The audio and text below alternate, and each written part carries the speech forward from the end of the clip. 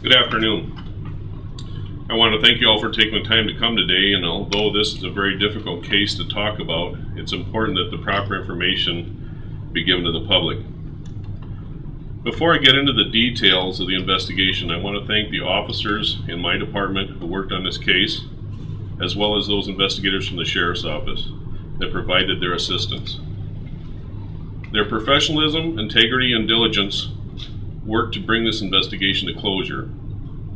We all have worked many years in law enforcement, but anytime there's a death of a child, and even more so an infant, it affects us and makes it very challenging.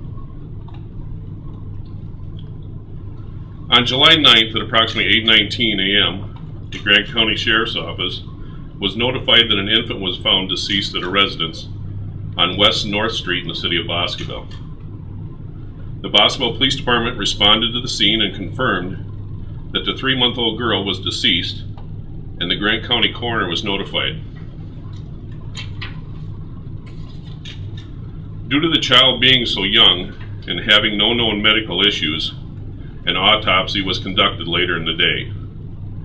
As a result of the autopsy, the pathologist ruled the death a homicide by blunt force. It was at this time that the Boscobel Police Department requested the assistance of the Grant County Sheriff's Office Criminal Investigation Unit, as we now opened a homicide case.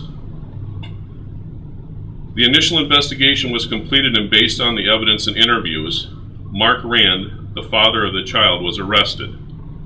The investigation did not stop at that point, and the detectives continued to work on the case and re-interviewed Renae Bellis, the mother of the child, when she came to drop off some items at the jail for Mr. Rand. At that time, the detectives received a confession from Renae that she was responsible for the injuries to the child and had lied the previous day to law enforcement. It was at that time she was taken into custody and Mr. Rand was released. Charges of first-degree reckless homicide and obstructing an officer have been filed with the Grant County courts, and the initial appearance was conducted this morning. Renae Bellis remains in custody at the Grant County Jail on a $25,000 cash bond, awaiting her next court appearance, which will be July 14th, 2016 at 1:30 p.m. The investigation continues to remain open pending further information from the autopsy. At this time, we do not have any more information to release. Therefore, we will not be answering any questions, and I thank you all for coming.